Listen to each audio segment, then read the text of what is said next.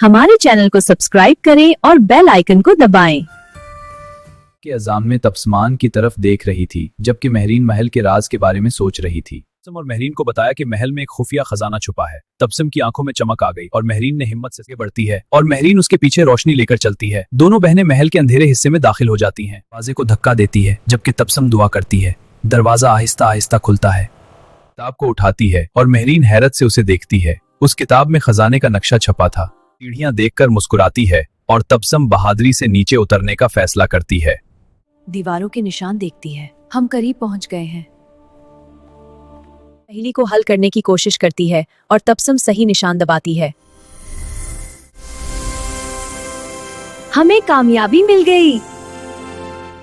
दरवाजा खोलती है, सांस रोककर अंदर देखती है। तबस्सुम और महरीन की आंखें हैरत से चमक उठती हैं। उनके सामने बेशुमार खजाना था। इसे एक बहादुर राजकुमार नमूदार होता है। तबस्सुम हैरान रह जाती है और महरीन मुस्कुरा कहता है कि वो भी इसी राज की तलाश में था। तबस्सुम और महरीन उसकी बात सुनती हैं। राजा अपनी बेटियों तबस्सुम और महरीन पर फख्र महसूस करता है। महरीन ने बहादुरी से इराक के महल का राज खोल दिया। आज महल खुशियों से जगमगा रहा था।